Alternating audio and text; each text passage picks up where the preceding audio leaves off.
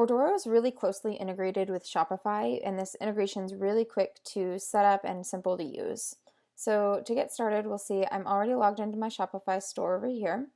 So to connect it to Ordoro, I'm going to click on my company name to get to account settings and go to sales channels and add a sales channel.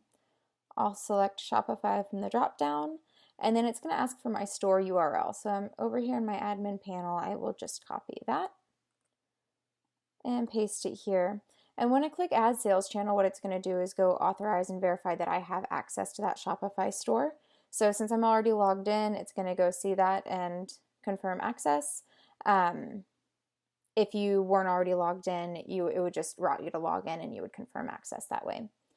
So then once I've done that, what it's going to do is start importing all of my products first and then all of my orders. So that'll take a couple minutes depending on how many products you have, but typically really quick. All right, so now my sync is completed, and it took about 5 minutes to pull in all of my products and their product information, as well as images and all of that. So now we have our product weights, our dimensions if they were in there, images, prices, everything from Shopify. And if we had any open orders, those import as well. So you'll see those in here. Now from here on out, whenever you're ready to start writing back inventory, you just check this box and click Update Auto Sync Settings, and then orders are going to come in as soon as they are placed. And that's pretty much all you have to do to get Shopify set up.